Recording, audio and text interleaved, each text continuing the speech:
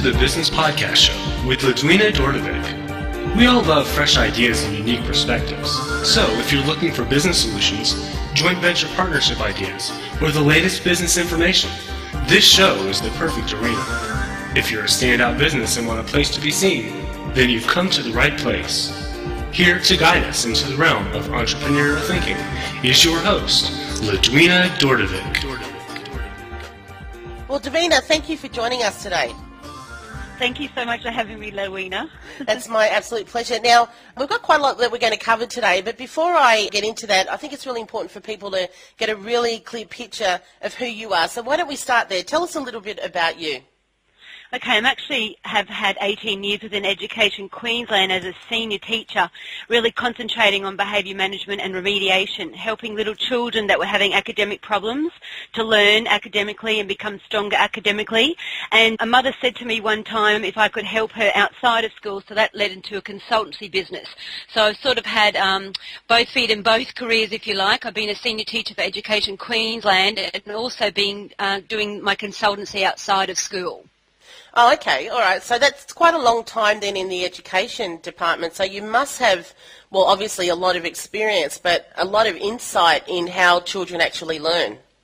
And not only that, I've just seen a huge change, not only in what children are achieving academically, but in behaviour, which is obviously the area that I'm very, very passionate about. Okay, well, we're going to get into that in a moment. So why don't you just tell us now about your business. So what is your business exactly, and what are the services that you provide? Okay, I'm the founder and director at Powerful Parenting Australia, and we were actually born in 2008, and we were born out of a mother asking for help with behaviour management outside of school, and she actually just said to me one afternoon, could I write some notes down so that after the consultancy she'd have something in writing, which would then help her to refer to later. And that little note became a booklet, which gave birth to a bigger booklet, which became a 200-plus page program. So that's really how Powerful Parenting started, and I could just see such a huge need for parents to get the help with behaviour at home. It was not okay just to have children responding and behaving at school that were doing the school program that we had initiated. It's what happened when they had left the school gate. So I wanted to bridge that gap between what was happening at school and the success children were having to what was then happening for mum and dad at home. That was my goal. So it sounds like it was one of those situations where necessity is a mother of invention. You had this experience with this mother, and she was obviously, by the sounds of it, quite desperate to get some help and didn't know where to turn to. And out of that has actually spawned what it seems, quite an incredible business concept. So when did you start it exactly? It was in 2008 that I started the consultancy, and I just realised that parents needed the skills, because once the children were getting at home and sort of running rings around mum and dad, I realised it's not okay just to have the strategies happening at school. Mum and dad need the fishing line rather than just the fish or the children just behaving at school. It's what happens, and don't forget I was also probably in many cases working against what was happening at home. So I had to have a united front, so to speak. So when teachers and parents can come together, it's very, very powerful. So in 2008 we looked at that idea, and it really just took off out from under me. I didn't realise that it would take off like it did. I knew there was a huge need. There are a lot of behaviour management programs out there, but we really saw a niche area. Okay, so tell me then, why is the current system of behavioural modification failing parents and kids today? Oh, my favourite question, Ladwina. Okay, we had 64,000 children in Queensland, the state of Queensland here in Australia, suspended and expelled in one school year. And I've had people sort of look at me strangely and say that must be Australia-wide, or that must be over the course of a few years. And I say no, that's in one school year in one state alone. And teachers and parents are working harder than ever before. So something has gone amiss if we're working just as hard, but we're having those sort of statistics, and they really have doubled in the past 5 years. So I really believe our collective approach to behaviour is failing, and I just elaborate on that for a second. At school, especially at school and within the home and within our kindergartens, our approach to behaviour is based on reaction. The child does the misbehaviour and the teacher or the parent reacts with the punishments and the timeouts or the rewards if it's good behaviour. So we've got children doing the behaviours and we've got parents and teachers then reacting to it. And I really have seen this form or this collective approach to behaviour absolutely failing our children. I've seen children kick over the timeout chair. I've seen children swear at the principal. The care factor's just not there. And I can really feel a collective burden of these children embroiled in all these punishments. So I can see it's just such a system of failure where we're reacting to these behaviours. We're using threats and coercion and punishments and rewards to try to get children to behave, but we're missing a very, very important ingredient, and that is to be preventative and to teach the behaviours that we want to see. Okay, but let's equate that then to how we are punished in society as adults. Because if we're told that if you break the law, this is what happens, you go to jail or you get a fine or you get punished. So isn't that just the same way that we're dealing with children? It's a great question, and in our program we actually teach parents, while you are teaching the behaviours that you want to see, how do you respond and react with meaningful consequences so that children learn responsible decision-making skills and to be responsible for their behaviour. So step 6 of the program actually teaches parents how to teach logical, meaningful consequences, and children, believe you me, and all ages learn through meaningful consequences. And the double whammy is it's not external. It's a direct result of their behaviour and their choices. And we teach parents the communication strategies to make children learn. This is based on your decision and these were your choices. And not only that, as a little adage to that, I've had parents ring me and say they've gone through such changes just doing the program that they've actually curbed their own adult behaviour. I had one dad ring me and he was traumatised. He could hardly speak. And I asked him, good gracious, what's wrong? He said, I've just realised that I'm a bully. He said, I've just realised by doing the program, because it is a parent and a child training program, he said, I've been a bully. I'm a bully to my children and I'm a bully to my wife. So I had a father, I think I told you about a week or two ago, who was absolutely strapping his 3 little girls, and he believed in corporal punishment and hitting.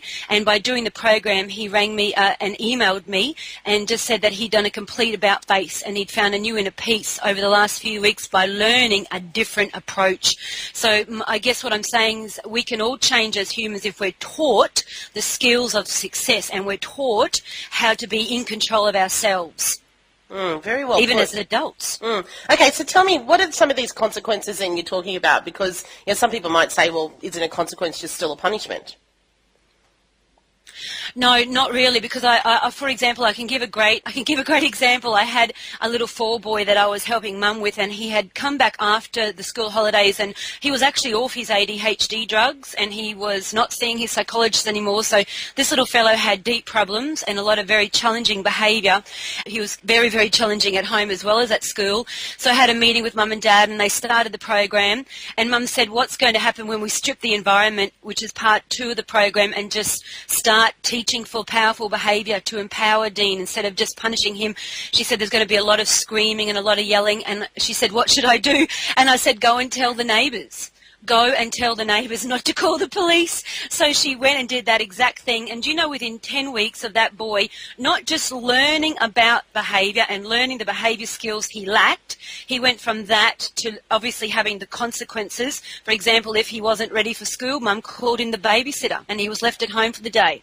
If he didn't eat his dinner within a certain period of time, the dinner went in the fridge. And we have a script that we teach parents to say. And it sounds like this: I see that you've chosen not to have dinner tonight. You'll have another turn tomorrow night to try and have your dinner within the time that we've allocated. And if they're little, I can see you've decided to hit the cat with this little toy. You'll have another chance to play with this little toy tomorrow without hurting the cat. So it really is a very generic response with our meaningful consequences that teach the children that they own their decision, but there is a consequence for their decision. So this little boy in grade 4, not only was he learning the behaviour skills very explicitly that he lacked, he had mum and dad stripping the home environment, so there was no other stimulus, no electronics. He screamed the house down. But as well as that, he was learning daily about meaningful consequences. It's a very, very powerful mixture. And when mum and dad are celebrating his successes and scaffolding his learning and making it fun and exciting, he felt self-management for the first time. And he went from that right through to really being congratulated. At the end of 10 weeks, he never went back onto his ADHD drugs. So that's probably one of our more happy and extreme stories. But that was a huge process and very concentrated process for that 10-week period. Now let's talk about ADHD for a moment, because do you think that there's a lot of children who are being misdiagnosed due to their actual behaviour as a result of it being a chemical problem within the child? Well, do you know what, Ladwina? I can't comment too heavily on ADHD as far as the medical side of it goes, but I've seen a lot in my past 18 and 19 years, and I would just say this to parents. And we've actually, in the Powerful Parenting Program in Step 1, we look straight at food, chemicals and behaviour. And I would just simply say this to parents: before you medicate, try every other avenue, including the preservatives and additives, which are in some cases as long as your arm, in some of the foods that we're feeding children. Try every other avenue. Try the Powerful Parenting Program. Try teaching the behaviours that we want children to see. Instead of punishing them and putting them on drugs, we really do, as teachers and as parents, need to exhaust all avenues, because we really do refer very quickly in some cases to drugging children. And I've worked with children that have come off the drugs, and simply by teaching them the skills they need for social and emotional competency, they've never returned to those mind-altering drugs. So I'm not saying that in some cases I haven't seen those drugs make a big difference with children. I'm simply just saying there's thousands and thousands of children on these drugs, and we just don't know what's going to happen further up the road, you know, with these drugs. So I think that it's important that we really do look at every port of call before, as teachers, we refer, you know, parents on to the paediatrician or on to a specialist, you know, with the view of getting them drugged. And I think that there's got to be some correlation between the increase in numbers in ADHD and the increase in additives in food over the same period of time. I think it's probably another conversation we could have completely on its own. So let's move on a little bit here. Now, I've heard that the incidence of bad behaviour in adolescents has doubled in the last 7 years or so. Why do you think that is?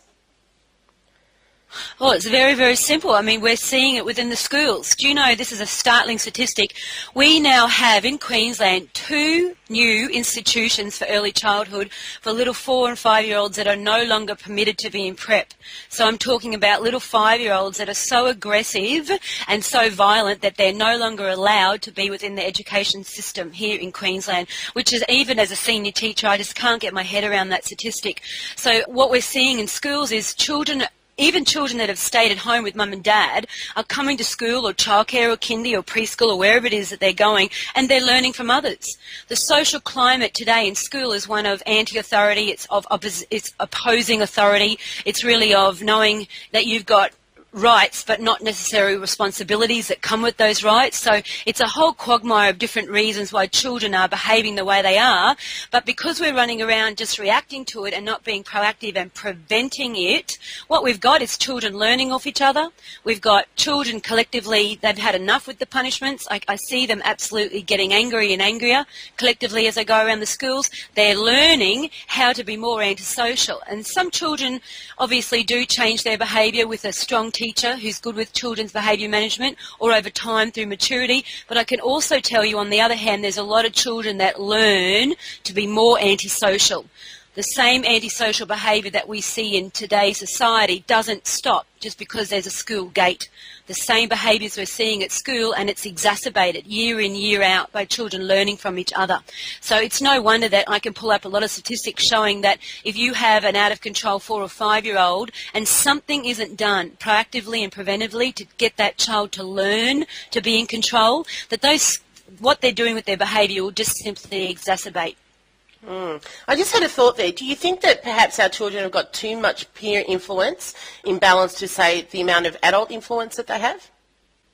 Well, do you know what? My mum still tells a story of being in grade 4, and she got in trouble at school once, and she'll kill me if she hears me saying this, but she got in trouble in grade 4 once, and it meant so much to her, and it was so influential on her that it still brings tears to her eyes. It was very, 50 years ago, the child was seen and not heard. It's as simple as that. Today, the children are streetwise, they're savvy, they're bombastic, they're very, very aware, and as I say, they know they've got these rights, but not necessarily wanting any of the responsibilities that come with those rights. So parents and teachers have less influence than ever before. I mean, I've seen year sevens when the principal is talking to them, ignore the principal and look towards each other for that power play. So I think the short answer to your question is absolutely. Parents and teachers don't have the same influence now on children's behaviour as they did yesteryear, but unfortunately our approach to behaviour hasn't changed. I believe children's behaviour has, and the social influences have, but our approach has remained exactly the same as it did in my mum's time, in my mum's era. That's a good point. What about the idea that perhaps maybe, you know, teenagers or children have far too much freedom and not enough boundaries? Well, and that's a really good question. I used to work over in East London in the UK, and I worked for a school that was deemed to have children at risk. So these children were at their last port of call, and if they failed at this opportunity, they weren't going to be allowed back into the education system. So these were children very much at risk. And it was just interesting, after they'd been through weeks of teaching and learning with me, my children that I was actually in charge of, I would say to them, which one feels better? Being in control and powerful and knowing what you're doing with your decisions and your choices and taking yourself forward, or being out of control and being in trouble? Which one feels better? And you know what? I can actually say, hand on heart, I have never had one child say to me, it feels much better to be out of control. I've never even had one child, just for the sake of being a smart aleck, say to me, it feels better. They've all looked me in the eye and said, it feels much better to be in control.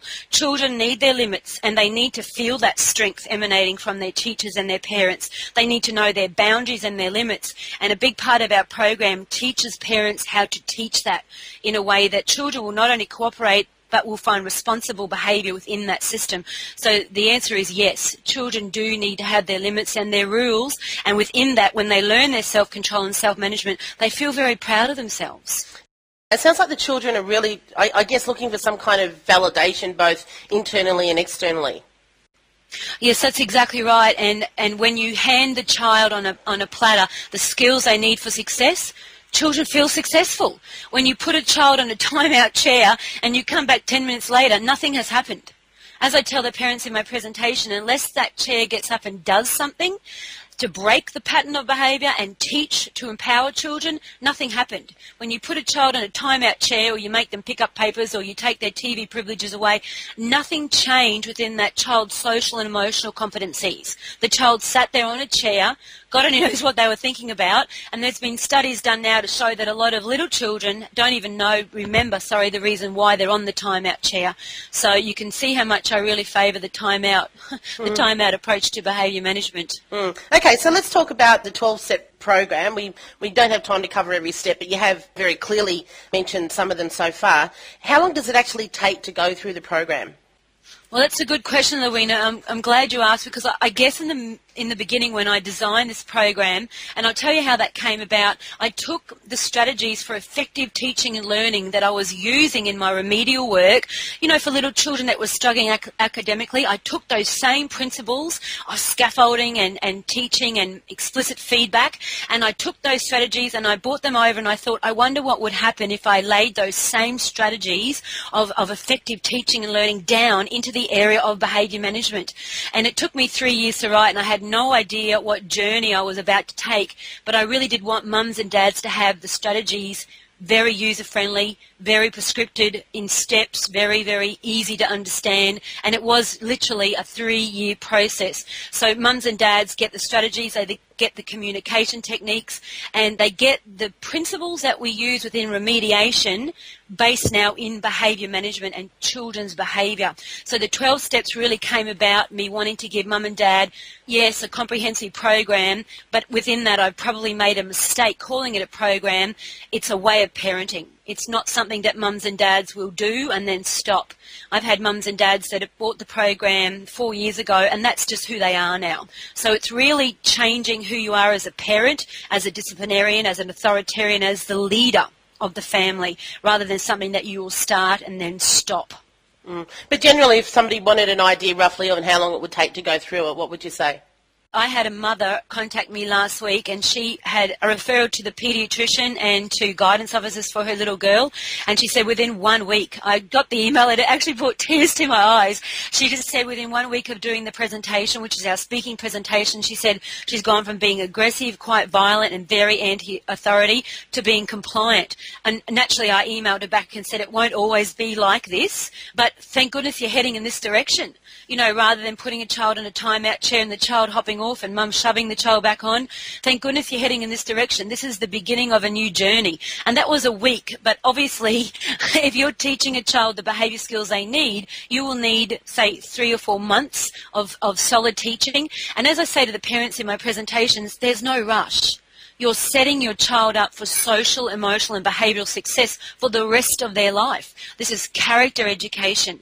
You know, you're building their self-esteem, you're building their social skills, you're building their ability to communicate without using their hands and their feet. So it is a powerful program, but it's more of a powerful process. So we've had remarkable results very quickly, very quickly. And children will grab onto it. Children will grab onto it because you are showing them explicitly, step by step, and we show parents how to scaffold the learning. So we take the child from where they are now to where they need to be with every individual skill they need to learn to be successful. So some mums will teach one skill for 3 or 4 weeks, but you can bet your bottom dollar by the end of that 3rd or 4th week that child knows that skill inside and out. They might not do it for 24 hours, 7 days a week, but they understand that skill, and mum and dad can rely on the fact that they understand that skill. You know, so it can be remarkably fast, remarkably fast. Phenomenal. How young can a child be to actually work this program? Oh, this is the best question because up until now, do you know, I've been not scared of, but very wary of little 2-year-olds because I'm obviously from an educational background. I know from about 4 years of age up, and I've had mums, so many little 2-year-olds on the program, and mums bringing the little 2-year-olds to the program, and I've had conversations with mums where they've really steered away from the behaviour management side of it, and I've had mums teaching little 2-year-olds to potty train, to stay in bed all night, to eat their vegetables, to get ready for the day. And I said, well, what language are you using? Because a lot of the language techniques, for example, in step 4 of the program are for, say, 3 and 4 and 5 and up to upper primary. I said, how are you breaking that language down for little 2-year-olds? But these mums just have a remarkable ability to do it. So I've had a tremendous amount of little 2-year-olds on the program learning all sorts of skills that the program was never actually designed for specifically, right through to your 13 and 14-year-olds. So, and because this program is really the fishing line, not the fish, I'm teaching mums and dads and teachers how to cater for the children's individual needs. So it doesn't matter what your child's age is, it doesn't matter what your child's behaviours are, the program shows you how to teach to cater for your child's individual needs, and I really believe that's where the power lies, and that's why we've had such remarkable success. Just quickly, you mentioned before about the presentation. Just in brief, tell us what's the difference between the program you offer and the presentation. Well, the actual speaking presentation is step 3 of the program, so it really is a system of teaching mums and dads how to teach to empower children with these behaviour skills. So the speaking presentation is actually step 3 of the program, and parents leave with a lot of very practical, family-friendly strategies that they can try the very next day. Some parents finish there and then and just use those strategies from the presentation. A lot of parents then go and buy the program, so they've got the full gamut of the 12 steps. And as I say to mums and dads, if you're really dealing with challenging behaviour or very defiant or oppositional behaviour, a lot of answering back, a lot of anti-authority, then you need the 12 steps and go in with all guns blazing. So that's where the power is, in the full 12 steps, and parents just pick and choose which step they're concentrating on, but collectively they all work together to be quite a powerful recipe. Now, you've mentioned that you're alone, you're kind of a lone voice in this, and I can understand why, because coming up with a new concept like this really would ruffle a lot of feathers. But I'm guessing as a business, though, there must be some organisations or industries or other businesses that you could JV with, or who could be support to you. Now, just take a moment now and maybe take up this opportunity. Is there anything that you want to say to that for anyone that's listening that might be in a particular arena that might be able to help you spread the word about the work that you're doing? Oh, absolutely, absolutely, Ladwina. And do you know, I'm so passionately driven to do this now that I've left my teaching and I can only see the future ahead of me. So our plan is now to get the program into schools. And if you read a lot of our testimonials on the website, you can constantly see parents and educators saying over and over again, this needs to be in the schools, this needs to be in the kindies, this needs to be in the preschools, so that by the time they become 8 or 9, we're not dealing with trying to reteach a child the behaviour skills they should have been learning when they were little. So absolutely, I've paired up at the moment with the school, and the principal has me working not only with the parents but with the children. So if there are any educational institutions or centres out there that would like to know more, there's information on our website, and I'm not going to stop now until the program's in every language, especially in the Asian language, and to take it over to the likes of China and Taiwan and Korea and Japan. So if there are any institutions or organisations that would either like to organise a presentation for their parents and their staff, we'd love to hear from you. Or if there was someone who'd like to do a joint venture with us, because my goal really is not to stop now. I've seen too much, and we've had too much success, and there's too much power in giving the children the skills they need rather than just allowing them sort of to go AWOL and then punishing them as a reaction. And I guess too, at some point, you're only one person, and I'm imagining that you're going to need to train some other facilitators to run the program. That would be wonderful, yes, and we're looking at the moment in getting the program to be an affiliate program so we can have other educators and parents out there advocating for it. And it really is word of mouth at the moment and networking, but we've had a lot of centres sort of contacting us to come on board with the speaking presentations, but the idea is now to really get the message out there. And I'm actually in the federal seat with Kevin Rudd, so I've got on my diary to go and see Kevin. I think I should aim for the top, and I shouldn't really say this, but when he was ousted, or when he left his last position, I was a little bit happy because I thought now he might be able to see me. I might actually be able to get an appointment with him.